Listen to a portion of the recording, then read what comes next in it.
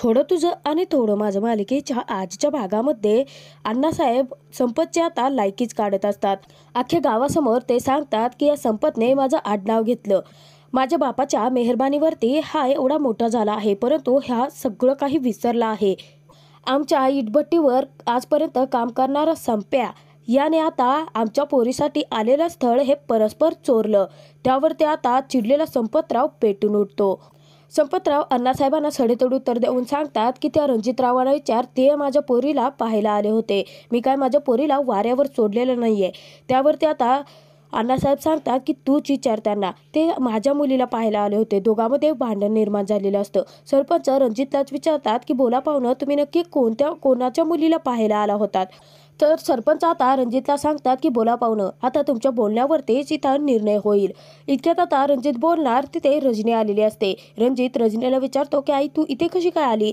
तेव्हा आता रणजितला रजनी विचारते की तू नक्की इथे काय करतोयस, मी तुला सांगितलं होतं ना इथे येऊ नकोस म्हणून, नक्की काय प्रकार चालला आहे हा. त्यावरती रणजित सांगतो की अगं या गृहस्थांना वाटतं आहे की मी त्यांच्याच मुलीला पाहायला आलो होतो, परंतु मी तर मानसीला पाहिलं होतं.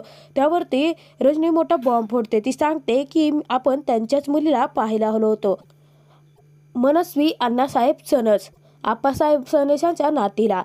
तेव्हा संपतराव आणि रणजितला सुद्धा मोठा धक्का बसतो.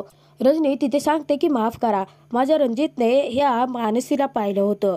तू चुकीचं स्थळ पाहिलं आहेस रणजित. त्यावरती आता अण्णासाहेब हसतात आणि ते संपतला सांगतात की तो रजनीला म्हणतो, रजनीताई अहो तुमच्या मुलाचं स्थळ यांच्या घरी गेलं. पण तो संपतला म्हणतो की काय आहे ना, आता खानदानी घरात सोबत तुझी सोयरीक जुळाली, तुझ्या मुलीचं जर तिथे लग्न केलं म्हणजे काय तू खानदानी नाही होत. अण्णासाहेब अख्ख्या गावासमोर आता तिथे सगळ्यांसमोर संपतरावांच्या फॅमिलीचा अपमान करतो. अण्णासाहेब तिथे संपतला सांगतो की अरे तुझ्या बापाच्या खानदानाचा पत्ता नाही अजून आणि निघालाय खानदानी घरात परीचं लग्न लावायला. तेव्हा संपत चिरतो आणि त्याच्या अंगावरती धावून जाणार इतक्यात मानसी त्याला थांबवते आणि सांगते की बाबा हे सगळं काही गैरसमजुतीमुळे झालं आहे ना. त्यावरती तिथे सरपंच सांगतात की पाहुणं, आता सगळं काही तुमच्या निर्णयावर अवलंबून आहे. तुमचं त्या मुलीवरती प्रेम आहे का.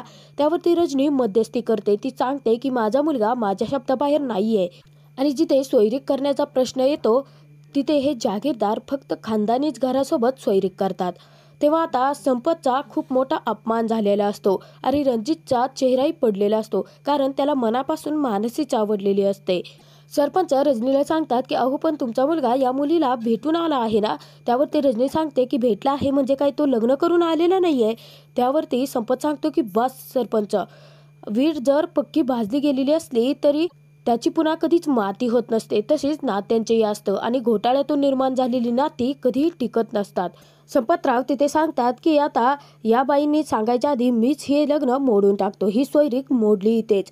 त्यावरती संपत सांगतात की अण्णासाहेब आता निर्णय झाला आहे. आता संपतरावांनी सगळं सांगितलं आहे, सोयरीक मोडले आहे म्हटल्यानंतर आता या गृहस्थांचं लग्न तुमच्या मुलीशीच होईल. तेव्हा मनस्वी खूप खुश होते.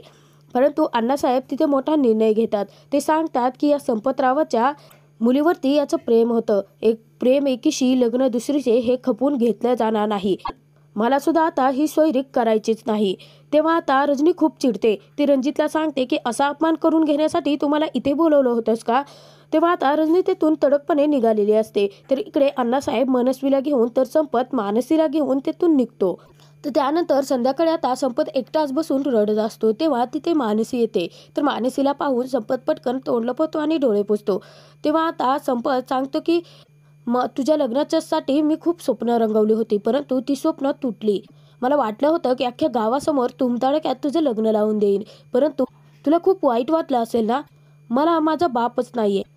मला लहानपणी माझ्या बापाने आईच्या पत्रात तो सोडून निघून गेला. त्यानंतर लेकरावर प्रेम कसं करायचं हे मला माहितीच नाही. लेकरांच्या आयुष्याच्या बाबतीत काय चूक काय बरोबर हे मला नाही ठरवता येत. मी आता काही कसलाच विचार न करता तुला त्या रणजित रावांसोबत पाठवलं, चुकलं माझं असं म्हणून आता संपत स्वतःलाच मारून घेत असतो. तेव्हा मानसी त्याला थांबवते आणि म्हणते की बाबा तुमचं नाही काहीच चुकलं नाहीये आणि बाबा हे सगळं काही वेळेवरती आपल्याला समजलं म्हणून बरं झालं ना. तेव्हा संपत विचारतो की मानसी खरं खरं सांग की रणजितरावांशी लग्न तुटलं याचं तुला वाईट वाटलं ना. तर शिवानी त्याची समजूत घालते.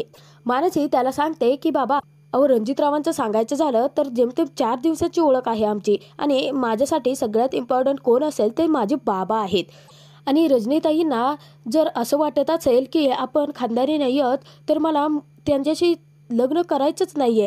जिथे माझ्या बाबांना मान नाही त्या लोकांसाठी माझ्या मनात कसलंही स्थान नाहीत. मला फक्त माझे बाबा हवे आहेत. तेव्हा आता संपत खुश होतो आणि पटकन डोळे पुसतो आणि सांगतो की सोड मग सगळं आता. त्याच्यापेक्षा सुद्धा भारी स्थळ आणेन मी तुझ्यासाठी बाळा. संपत आता तिथे मानसीला सांगतो की तुला ते इंटर्नशिप करायचं आहे ना ते कर, तू बिनधास्त कर. आणि मला सर्टिफिकेट हवं आहे भिंतीवरती लावण्यासाठी. तुझ्यासाठी बघ खूप छान भारी स्थळ घेऊन येईल तुझा बाप. तेव्हा आता मानसी पटकन आपल्या बाबांच्या मिठीत जाते. दोघेही खूप इमोशनल असतात. प्रभूंच्या घरी तेजस झोपलेला असतो. तेव्हा त्याची आई त्याला पांघरून वगैरे घालते आणि बाहेर जाते. तात्या आलेले असतात. तात्या विचारतात की तेजस झोपला का. तेव्हा सुनंदा सांगते की हो, आणि जरा कौतुकाचे 4 शब्द त्याच्याशी बोलत जा ना, त्याला बरं वाटेल. तेव्हा तात्या सांगतात की अगं त्याने संधी तर द्यायला हवी. तर दोघे आता तिथून बाहेर पडतात. तेजसने सगळं काही ऐकलेलं असतं आणि तेजस आता विचार करतो की त्या लकी चार्मने दिलेला दगड तो खरंच लकी असेल का. तर इकडे निधी आता मानसीला सांगते की बाबा बरे आहेत का गं. आपण तर त्याची काळजी घ्यायचा विचार केला आणि सगळं भलतंच घडून बसलं. त्यावरती आता पटकन मानसी ही निधीकडे येते आणि निधीला सांगते की हे बघ मी इंटर्नशिपसाठी आता मुंबईला जाणार आहे. तेव्हा घरातली सगळी काळजी तुला घ्यायची आहे. बाबांची काळजी सुद्धा तुला घ्यायची आहे. त्यावरती निधी सांगते की मला तुझ्यासारखं नाही जमणार परंतु मी प्रयत्न नक्की करेन. त्यावरती मानसी तिला हिंमत देते. सांगते की तू सगळं काही ठीक करशील. अचानक निधीचं लक्ष आता मानसीच्या गळ्याकडे जातं. ती घाबरते आणि विचारते की अगं मानसी ताई तुझा लकी चार्म कुठे गेला. त्यावरती मानसी सांगते की अगं कोणाला तरी भेट म्हणून दिला आहे. त्यावरती निधी खूप घाबरते आणि तिला सांगते की अगं मानसी ताई तो लकी चार्म नाही आहे म्हणून तर वाईट घडत नसेल ना. तेव्हा मानसी चिडते आणि सांगते की अगं असं का बोलतेस तू. निधी सांगते की अगं परंतु तुझ्यासाठी ते स्पेशल होतं ना गं. मग तेव्हा आता मानसी सांगते की अगं आपल्या बाबांचा जीव ज्याने वाचवला ना त्याला दिला आहे ते लकी चार्म. तेव्हा आता निधी सांगते की म्हणजे त्या व्यक्तीत आता सगळं चांगलं होत असेल ना गं. त्यावरती मानसी तिला सांगते की अगं चांगल्या माणसाचं जर चांगलं होत असेल तर होऊ देत ना. तर दुसऱ्या दिवशी सकाळी आता सनचांच्या घरी कारल्याचा ज्यूस बनवलेला असतो आणि मानसी आता निधीला फोर्स करत असते तो ज्यूस पिण्यासाठी. तेव्हा आता पटकन संपतसाठी ज्यूस घेऊन येते. तेव्हा संपत पाहतो आणि विचारतो की हे काय आहे. त्यावरती आता संपदा सांगते की कारल्याचा ज्यूस आहे, तुमच्या लेकीने बनवला आहे, तुमच्यासाठी खास प्या ना. तेव्हा आता संपत एक घोट घेतो आणि त्याला तो पिऊ वाटत नसतो. आपल्याकडे मानसी पाहते. हे पाहून पटकन आता संपत आपलं नाक दाबतो आणि त्यानंतर पटापटा तो कारल्याचा ज्यूस पिऊनही टाकतो. तेव्हा आता निधी धक्क्यानेच त्याच्याकडे पाहते. तर निधी सांगते की बाबा तुम्ही दिवसभर वीटभट्टीवर काम करताना मग ही ग्लास तुम्हीच प्या आणि तिथून पळ काढते ती. तेव्हा आता संपदा सांगते की आता निधीचाही ग्लास तुम्हालाच प्यायचा आहे. संपत आता तिथे कारण काढतो आणि मानसीला बाहेर पाठवतो. तो सांगतो की काय आहे ना तुला इंटर्नशिपला जायचं आहे ना मग जा मी पिऊन टाकतो हा ज्यूस. तेव्हा आता मानसी सांगते नक्की बाबा. तर त्यानंतर संपदा आणि संपतचा दोघांचाही आशीर्वाद ती घेते. मानसी तिथे सांगते की तुमचा आशीर्वाद मिळाला परंतु आता एका व्यक्तीचा आशीर्वाद घ्यायचा आहे. तर तिथे तिने आता गायत्रीचा आशीर्वाद घेण्याचं सांगितलेलं असतं. इकडे प्रभूंच्या घरी आता दिनेशने काहीतरी लपवलेलं असतं. इतक्यात गायत्री तिथे येते. तेव्हा आता दिनेशला सांगते की मी ऑफिसला चालले आहे, जाता तुला सोयते. परंतु दिनेश सांगतो की नाही माझं महत्त्वाचं काम आहे, माझं मी निघतो. तेव्हा आता दिनेश लपून छपून बाहेर येतो तर बाहेर छाया बसलेली असते. तेव्हा आता दिनेश तिला सांगतो की हाय गुड मॉर्निंग म्हणतो आणि त्यानंतर तो विनोदचं नाव घेतून तिथून सटकतो. तर आता दिनेशच्या हातून चुकून तिथे 10 रुपये पडलेले असतात. तेव्हा छायाला वाटतं की आता जो लकी चार्म मानसीने तेजसला दिलेला असतो तो लकी चार्म आता तिथे छायाच्या गळ्यामध्ये असतो आणि तिला वाटायला लागतं की ज्या मूर्ख मुलीने हा लकी चार्म दिला आहे ना त्याच्यामुळे हे सगळं काही घडतं आहे. इतके तिथे आता मानसी आलेली असते. तेव्हा मानसी घरात येतात छाया पटकन पळत सुटते आणि गायत्रीकडे जाते. ती गायत्रीला धडकते. तेव्हा गायत्री खूप चिडते. तर ती सांगते की दीदी अगं ती मुलगी तुला भेटायला आली आहे ती फोटोवाली. तेव्हा आता गायत्रीच्या लक्षात येतं की ते नक्कीच मानसी असणार आहे आणि सुनंदाचं बोलणंही तिला आठवतं. तर इकडे आता तेजसला त्याचं मानसीने दिलेलं लकी चार्म सापडत नसतं. तर खरं तर ते छायाकडे असतं. तर इकडे आता तोपर्यंत मानसीला छाया घेऊन आलेली असते. तर गायत्रीला छाया म्हणते की अगं दीदी परंतु मला थांबू देत.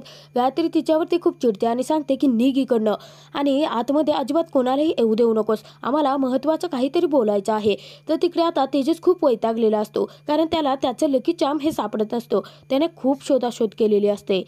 पुढील भागात आपण पाहणार आहोत की आता संपतरावांची फाईल तिथेच असते. तेव्हा त्या फाईलचा आशीर्वाद घेत तिथे तेजस म्हणतो की सनस आता तुम्हीच माझे मानस. इतक्यात आता मानसी तेजसकडे आलेली असते. तेव्हा मानसीला पाहून तेजस खूप खुश होतो आणि तिला सांगतो की तुमचे बाबा खरं तुमचं खूप कौतुक करत असतात हा. तेव्हा आता तेजस हात पुढे करतो आणि हाताचे 2 बोटे पुढे केल्यानंतर सांगतो की यातलं एक बोट पकडा.